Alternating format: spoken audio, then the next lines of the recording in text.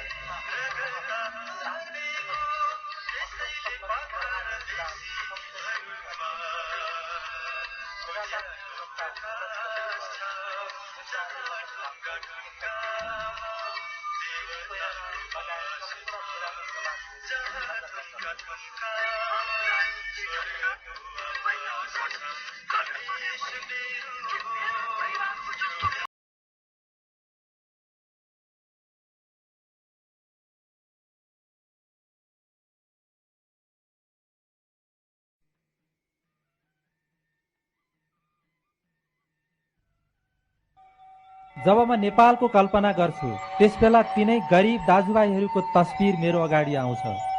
मैला लुगा लगाएको, खान नपाएको र रोगी अनुहारको तस्बिर।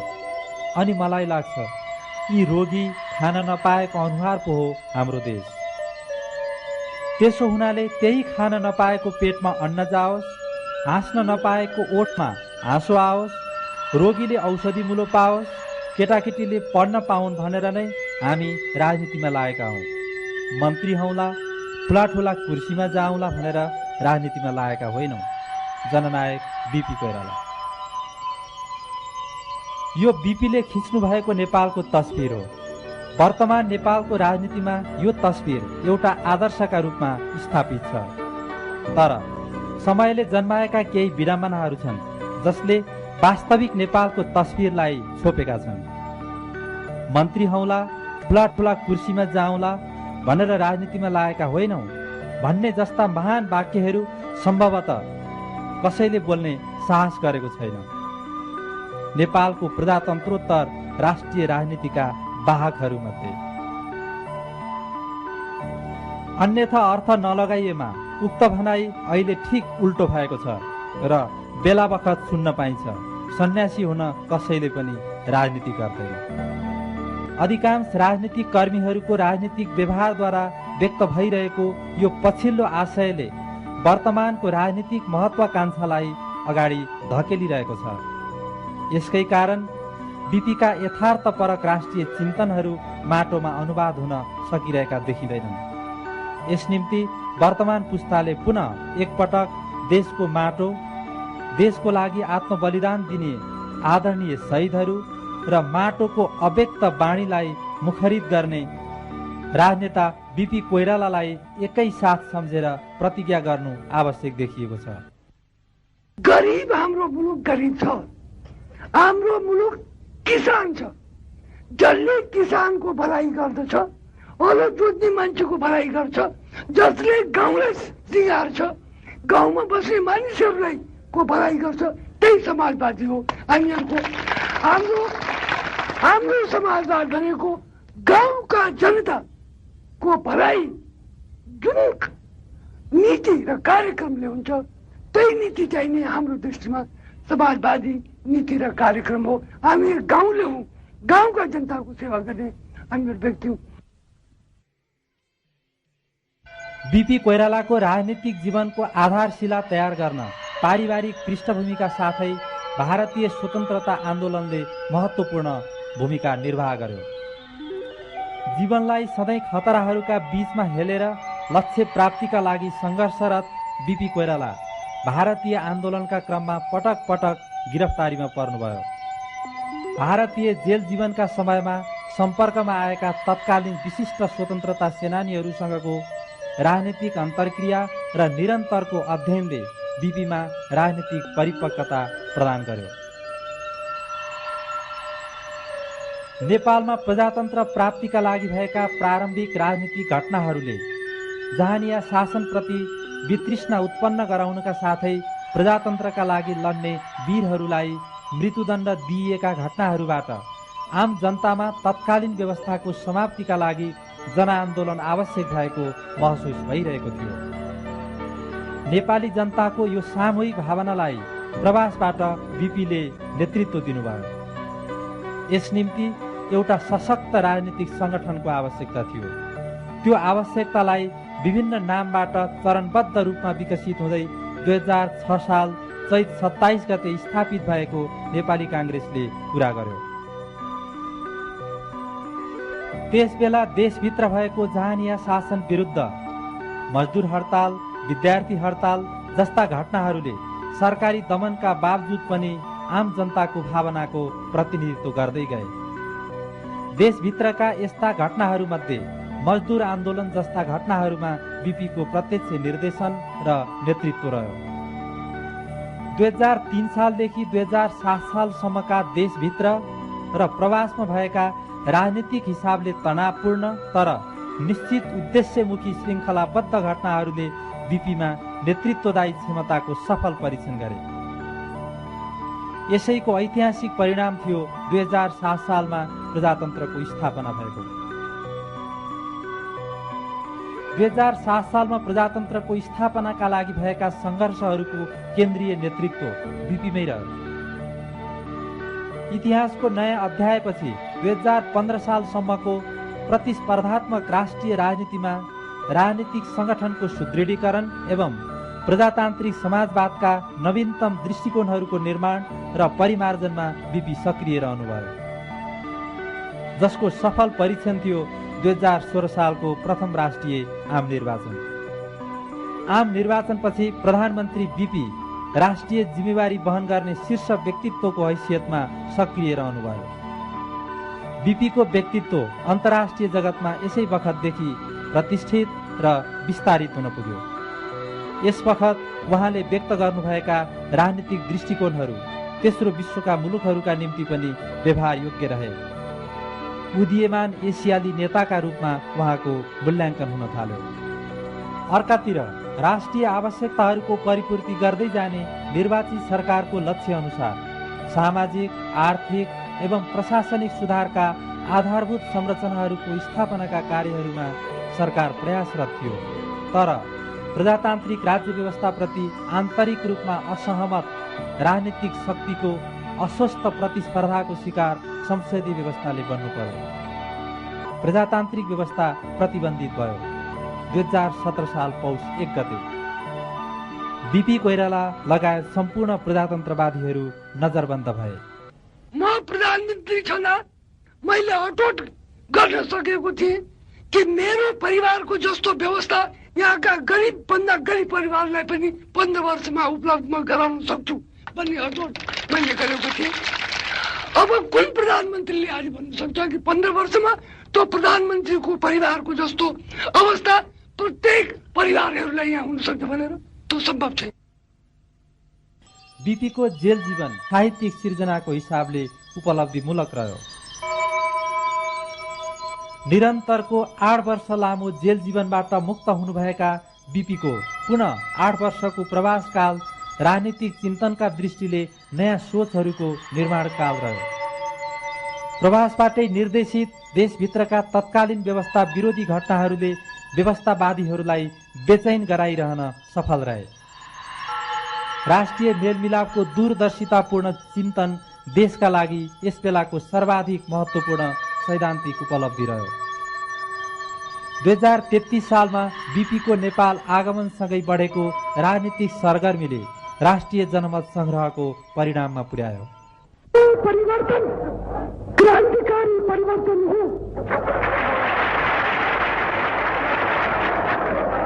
वर्षको अँध्यारो राति बित्यो। अब हामी नयाँ युगमा प्रारम्भ गरेका छौँ। त्यो पृथ्वीको प्रतीक हो यो मिटिङ, यो आमसभा, त्यो परिवर्तनको प्रतीक हो।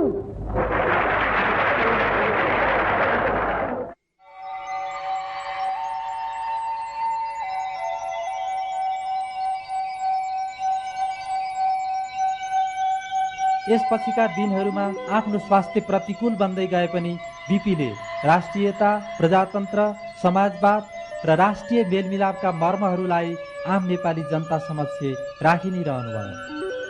नेपाली जनताको समुज्जवल भविष्यको जननायक बिपी कोइरालाले राष्ट्रिय राजनीतिमा जुन प्रजातान्त्रिक आदर्शहरूको निर्माण गर्नुभयो, त्यही आदर्श प्राप्तिका लागि उहाँको अनुपस्थितिमा उहाँका समकालीन राजनीतिक सहयात्रीहरू सक्रिय रहे।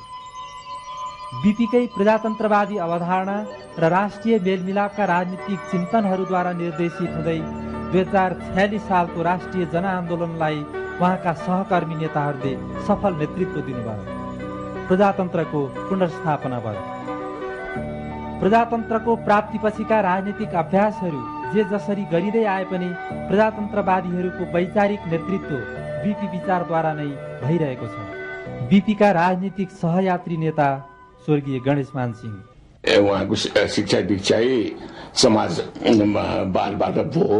त्यसमा उहाँ भन्ने समाजवादी इन्डियाको सोसलिस्ट पार्टीमा उहाँ काम गर्नुहुन्थ्यो। भन्ने समाज उहाँलाई मैले खालि समाजवाद खालि एउटा भन्ने त्यसै भन्नुको निम्ति म समाजवादी भने मुख्य कुरा आचरणले भने त्यस्तै व्यवहार गर्नुपर्छ। अब उहाँको आचरण पनि समाजवादी नै छ। अब खालि उहाँको आचरणमा समाजवादी नदेखा के छ भने बडो सफा सुगरसँग बस्नुपर्छ, सफा सुगर लुगा लाउनु पर्छ, अरू त्यो के हेर्दाखेरि कमसे कम इन्टर क्लास नभइकन उहाँ थर्ड क्लासमा हिँड्नु नसक्ने। अब माने मुला यत्रा खाँदा पनि चट चट चट काटेर त्यसमा भने पोटास पानीमा धोएर खानुपर्ने। यी सब चिज चाहिँ हामीले लाग्थ्यो यो समाजवादी आचरण भएन भन्ने जस्तो लाग्थ्यो। वास्तवमा त्यो त केही कुरा आफ्नो यो व्यक्तिगत कुरा भयो। म अब सफाइ साथ बस्न चाहने यो त मेरो व्यक्तिगत कुरा भयो नि। मेरो माने जो सिद्धान्तसँग त्यसले कहाँसम्म असर गर्छ त्यो न कुरा। अनि पछि तपाईँको यो विरुद्ध उन्मूलन, राज्य विरुद्ध उन्मूलन, यो 15 सालको चुनाव जितेपछि हामीले पावरमा आएपछि जो गरे जमिनदारी उन्मूलन, अब त्यसमा सबभन्दा अघि वहिनी हुनुहुन्थ्यो यो गर्नुपर्छ भन्ने। त्यसो भए उसको पछिको आचरणबाट त्यस्तो माने ऊ देखिन। फेरि माने यो चाहिँ के गरिब प्रति यस्तो माने अलिकति नाक बन्याउने माने उसको भन्ने एकदम आचरण पनि समाजवादी नै त्यो मान्छे हो। बिपीको हाम्रो देशमा अभूतपूर्व स्थान छ। बिपीको त्यो किन भयो भने उहाँको योगदान पनि तीनै क्षेत्रमा अभूतपूर्व छ। ती तीन के भने एउटा त राजनीतिक क्षेत्र, उहाँभन्दा ठुलो नेताहरूको अहिलेसम्म कोही भएको छैन। नम्बर 1 मेरो दृष्टिमा दिए। त्यसपछि राजनीतिक क्षेत्रको त्यो कुरो हो। सामाजिक क्षेत्रमा उहाँको परिवार जस्तो क्रान्तिकारी सामाजिक क्षेत्र कि पुरानो रूढिगत मान्यतालाई बिल्कुल बहिष्कार गर्ने, मान्दै नमान्ने र त्यसलाई कसैले लाद्ने, समाजमा लाद्ने कोसिस गर्यो भने त्यसलाई चाहिँ केही गरी पनि त्यसको प्रतिरोध गर्ने उहाँहरूको परिवारको जो जसको कि अगुवा बिपी हुनुहुन्थ्यो। यो दुईटा कुरा। तेस्रो कुरो के भने कि आर्थिक उहाँले यो समाजवाद र प्रजातन्त्र सँगसँगै जान सक्छ भन्ने दर्शन उहाँले नै दिया। र यो दर्शन केवल नेपालका लागि मात्र होइन कि यो अहिले त सारा एसियाका लागि यो रेलेभेन्ट, यो एसियाका लागि रेलेभेन्ट भन्नु पनि अलिकति कमजोर शब्दै हो। भन्नु परेको खण्डमा अत्यावश्यक भएर गएको छ। यो आवश्यक यो स्थिति छ कि यो आर्थिक विकास गर्नका लागि यो समाजवाद र प्रजातन्त्र देशको प्रत्येक क्षेत्रको विकासका लागि यी दुवै आवश्यक छन्। मैले बिबीलाई छुट दिएको थियो गर्नु परदेश जति पनि दुःख दिए भए पनि सँगला भनेर आफ्नो नोमिनेसन थियो। बिबीले मलाई लागेको थियो मलाई परदेशमा सधैँ इन्ट्रेस्ट भने अब डेमोक्रेसी आओ, सबैले स्वतन्त्रता पाउन्, सबै असल हुन्। अब त्यही वातावरणमा हुर्केँ। त्यसलाई हेल्प गर्ने मेरो ऊ पनि त थियो, ड्युटी पनि त थियो नि। त्यस कारण मैले त्यो निराशावादी फलाना ठिकाना मैले कहिले सोचिनँ। जतिसुकै दुःख भए पनि म त्यो सोचिनँ। मेरो आफ्नो घर थियो, छोराछोरी थिए, पढाउने थियो, देखाउने थियो। म दुईवटा खुट्टा त्यहाँदेखि नाउँमा हाल्न, दुईवटा नाउँमा हाल्नलाई म त्यहाँदेखि सक्ने आइदर पोलिटिक्स आफ्नो घर सम्हाल, घर हेर भन्ने आमा बाबु पनि ऊ छ नि, उनीहरू क्यारेक्टर बिल्डअप गर्नुमा या बाबू हुनु पर्यो या आमा हुनु पर्यो। बीपी कोइराला ने सदैव संघर्ष किया और उसमें कभी उन्होंने अपने आत्मविश्वास को नहीं खोया। ये एक बड़ी बात थी कि विपरीत परिस्थितियों में भी आदमी अपनी मंजिल को अपनी निगाह में बनाए रखे और अपने रास्ते से न मुड़े।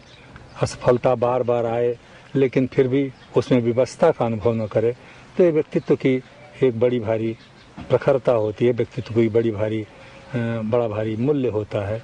और इस मूल्य के धनी बीपी कोइराला अवश्य थे। बीपी कोइराला अपने साथियों के बीच में, अपने मित्रों के बीच में एक सज्जन पुरुष जैसे, एक ऐसे व्यक्ति जैसे जिसमें आधुनिकता का समावेश था, लेकिन अपनी पुरानी परंपरा और संस्कृति और सभ्यता से वो बिल्कुल अछूता नहीं था। ये समन्वय जो बीपी कोइराला के व्यक्तित्व का था वो स्वयं में बहुत प्रभावकारी था। उनको बड़ी भारी राजनीतिक सफलता भले न मिली हो, एक नई दृष्टि देने में वो सफल हुए और शायद आने वाला समाज हमेशा उन्हें इसी रूप में याद करेगा कि एक ऐसा व्यक्ति था जो एक पिछड़े देश को, एक गरीब देश को, एक बेबस और लाचार लोगों को मर्यादा की ज़िंदगी देने के लिए संघर्ष करता रहा। अपनी ज़िंदगी उसने कष्ट में बिताई, लेकिन उसके मन में एक उत्साह था, एक लालसा थी कि जो करोड़ों वहाँ के लोग, लाखों जो वहाँ के लोग हैं जो पीड़ा में हैं, दर्द में हैं, उनके आंसू को शायद वो पोंछ सके। शायद इस अरमान को लिए बीपी चले गए। लेकिन आज की जो राजनीतिक प्रक्रिया प्रारंभ हुई है नेपाल में, उससे सिद्ध होता है कि बीपी कोइराला ने जो कुछ शुरू किया था उसकी परिणति ही आज की राजनीतिक सफलता है और इस माने में सदैव उन्हें याद किया जाता रहे। Dr. Ram Manohar Lohia, the Indian socialist leader, who introduced me to BP. What was your impression then about him? You know, may I tell you, it was love at first sight. Kind of my feeling was that here is a man in whom one could repose one's trust. He was frank, he was candid, and there's a touch of humility in him also. He projected to be candid. He projected the image of a man who it seemed to me, was born to create history, which indeed he did, didn't he? Yes, he After did. all, Of course. he is the greatest Nepali of the 20th century.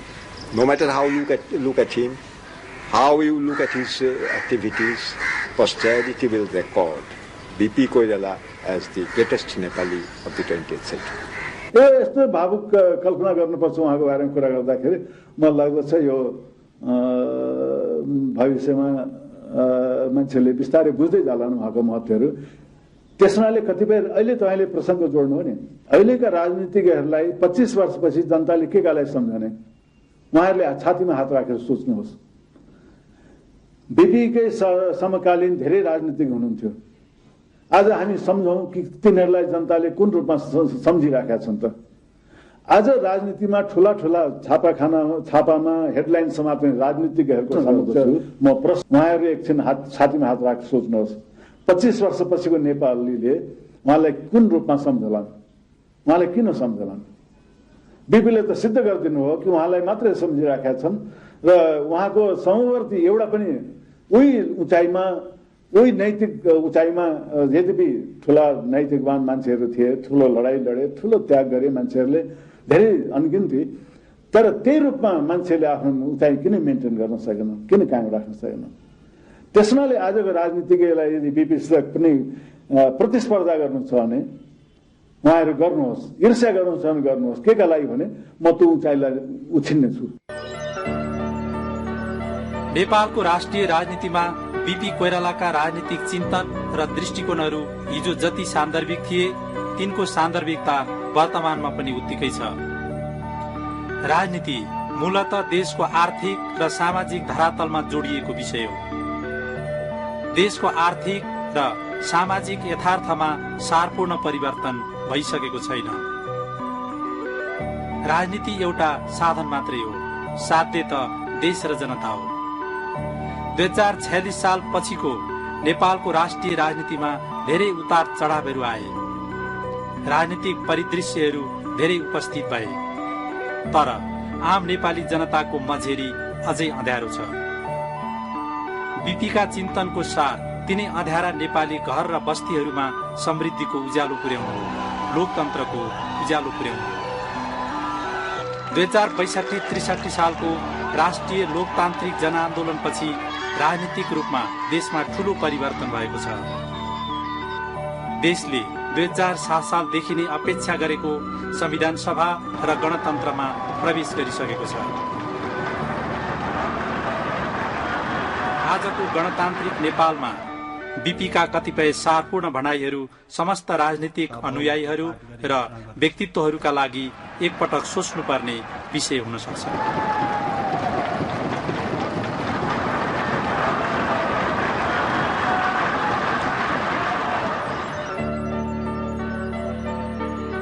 म चाहन्छु प्रत्येक नेपाली म जस्तै हुन्, प्रत्येकको एउटा आफ्नै घर होस्, उसका छोराछोरीले अनिवार्य रूपले शिक्षा दीक्षा पाउन् र यदि आवश्यकता पर्छ भने यथोचित औषधि उपचारको सुविधा पाउन्।